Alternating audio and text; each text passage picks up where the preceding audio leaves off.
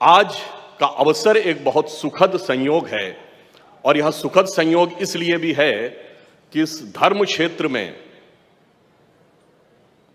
हमारे मध्य उत्तर प्रदेश के मुख्यमंत्री आदरणीय योगी जी हैं, जो धर्म के भी प्रतिनिधि हैं और कर्म के भी प्रतिनिधि हैं। और यह देश एक ऐसा देश है जो धर्म से अनुप्राणित होता है। इसीलिए बात मैं कई बार कहा हूं और जिम्मेदारी से कहता हूं, यह देश कभी धर्मनिरपेक्ष नहीं हो सकता, क्योंकि इस देश के सर्वोच्च न्यायालय के एम्बलम पे लिखा है यतो धर्मस् ततो जयः। तो यह धर्म प्राण देश है। तो धर्म प्राण देश में, देश के सबसे बड़े सूबे में यदि सेवा करने के लिए, सर्वोच्च पद से कर्म करने के लिए धर्म प्राण शासक हो, तो निश्चित रूप से धर्म के पथ पर ले जाने का योग अच्छा बनता है। और ये योग ऐसे ही नहीं बनता है। हम लोग सब बचपन में जब श्री राम जन्मभूमि का विषय की बात आती थी और हाल के वर्षों में तमाम टीवी डिबेट होती थी, तो लोग कहते थे भाई आप लोग नारा लगाते थे रामलला हम आएंगे, मंदिर वहीं बनाएंगे, तारीख नहीं बताएंगे। वास्तविकता ये थी कि श्री राम जन्मभूमि का मंदिर कोई इमारत नहीं थी और उसकी तिथि कोई तारीख नहीं थी। ये भारत के वैभव और स्वाभिमान की एक यात्रा थी जो उसी के साथ उठकर ऊपर जानी थी। और यह संयोग क्यों होता है? आप याद करिए, जब श्री रामलला विराजमान दिसंबर 1949 में यहां अयोध्या की भूमि पर प्रकट हुए थे, तो उनकी सर्वप्रथम पूजा किसने की थी? महंत दिग्विजय नाथ जी ने। 1980 के दशक में 85, 86, 87 में जब श्री राम जन्मभूमि आंदोलन प्रारंभ हुआ, तो उसकी सर्वप्रथम अध्यक्ष कौन थे? महंत अवैधनाथ जी। मुझे याद है, मैं बालक के रूप में आया था। अप्रैल 1987 में यहां पर एक रैली हुई थी जिसमें राम मंदिर के निर्माण के संकल्प के लिए ताला खुलने के बाद, और उसमें महंत अवैधनाथ जी ने ही वह गीत गवाया था जिसमें था ना, सौगंध राम की खाते हैं मंदिर वहीं बनाएंगे। उसमें पंक्ति थी कि जन जन के मन में राम रमे और प्राण प्राण में सीता है, हर हृदय की धड़कन रामायण, पग पग पर बनी पुनीता है, इसलिए नरनाहर श्री पुरुषोत्तम का हम मंदिर भव्य बनाएंगे। और जब मंदिर का शिलान्यास हुआ तो हमारे मुख्यमंत्री कौन थे? योगी आदित्यनाथ जी। अब मानिए तो महज संयोग है और गहराई से देखिए तो दैव योग है। सूक्ष्म दृष्टि से देखिए तो मैं यह भी कहना चाहता हूं कि आज जब इस जगह पे हम एकत्र हैं और महर्षि जी का यह कार्यक्रम, अभी देखिए अजय प्रकाश जी ने क्या कहा, जय गुरुदेव। भारत की परंपरा क्या परंपरा कहलाती है? गुरु शिष्य परंपरा, पिता पुत्र परंपरा नहीं होती। इसीलिए जब हम पूजा करते हैं और हाथ में जल लेते हैं तो पंडित जी संकल्प दिलाने के क्या कहते हैं? पहले अपना नाम लीजिए, अगला वाक्य क्या होता है? ये नहीं होता अपने पिता या बाप का नाम लीजिए, अपने गोत्र का नाम लीजिए।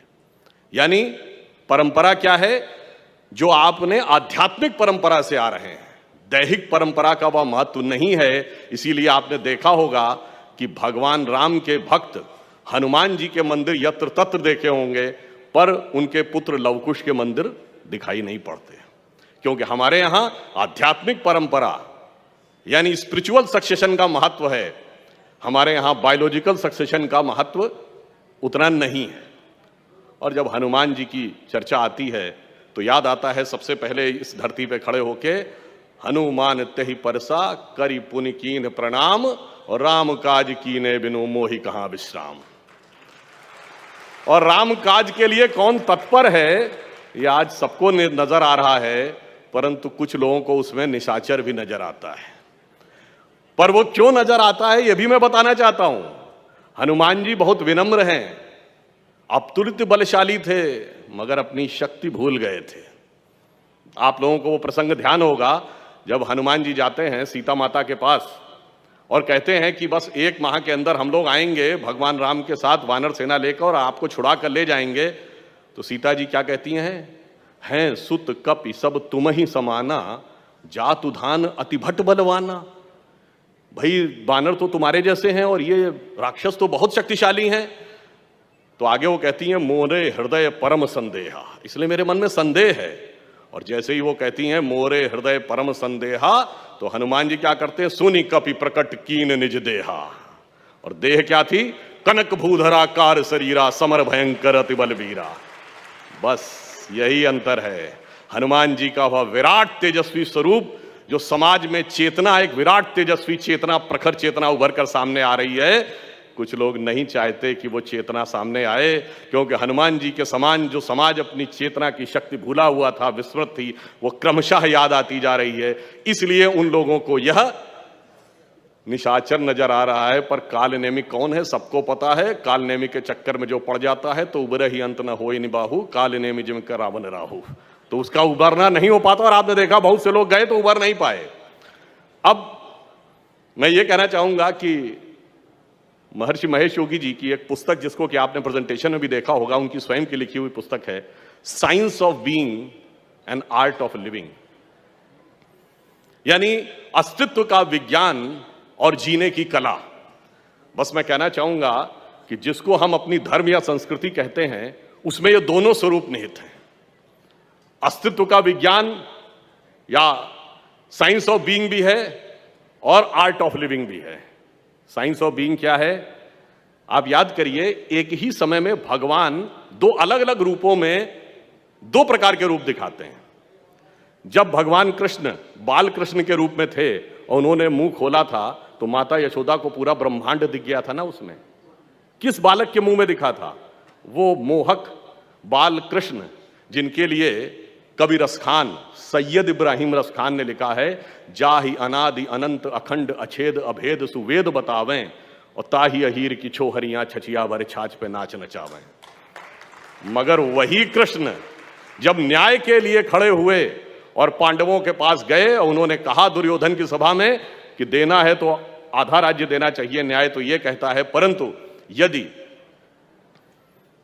देना हो तो 5 गांव दे दो, हम संतोष कर लेंगे। परंतु दुर्योधन ने कहा सुई की नोक के बराबर भी नहीं देंगे। जब अन्याय की यह पराकाष्ठा हो जाती है, तब दोबारा ब्रह्मांड दिखाया था भगवान कृष्ण ने विकराल रूप में। तब उन्होंने दुर्योधन से कहा, दृग हो तो दृश्य अकांड देख, मुझ में सारा ब्रह्मांड देख, नभ में ये कुंतल जाल देख, पग के नीचे पाताल देख, गत और अनागत काल देख, मेरा स्वरूप विकराल देख।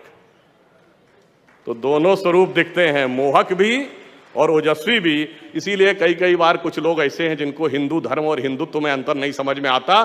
तो भगवान कृष्ण का एक स्वरूप धर्म भी है, वही दूसरा स्वरूप एक्टिविटी भी है, वो एक साइंस ऑफ बीइंग है, या आर्ट ऑफ लिविंग है।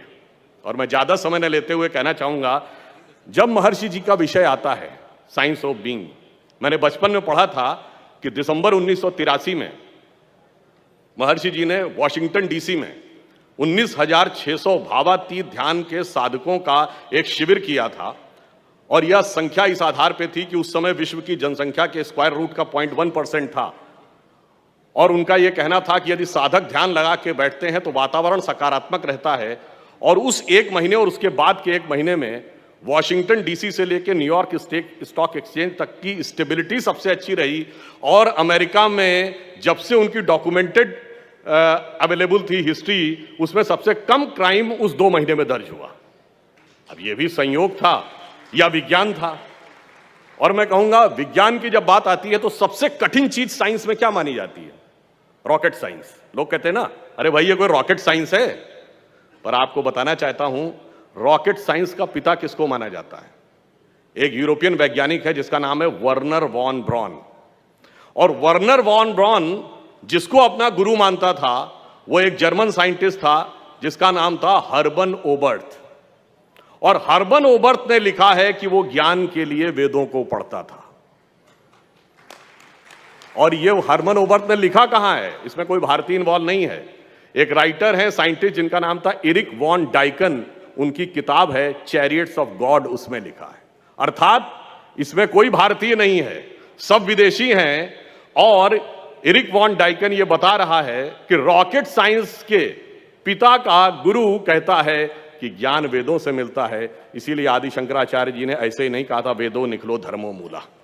इसलिए मैं मानता हूं कि यहां पर जो वेद विज्ञान ज्ञान पीठ की स्थापना हो रही है, जैसे योगी जी ने कर्म का मार्ग प्रशस्त किया है, इनके नेतृत्व में विज्ञान का मार्ग भी प्रशस्त होगा। और यह पंक्ति कहकर समाप्त करता हूं, इस विज्ञान का आधार क्या बनेगा? जो अर्थ भी दिखाएगा, परमार्थ भी दिखाएगा। आदरणीय अटल जी की बड़ी प्रसिद्ध कविता थी, आप सब ने, बहुतों ने शायद सुना हो, हिंदू तन मन हिंदू जीवन, रग रग हिंदू मेरा परिचय। उसी हिंदू संस्कृति और वेद संस्कृति से निकलेगा। उसका एक छंद था, उसी से कह के समाप्त करता हूं। मैं अखिल विश्व का गुरु महान, देता विद्या का अमर दान। मैंने दिखलाया मुक्ति मार्ग, मैंने सिखलाया ब्रह्म ज्ञान।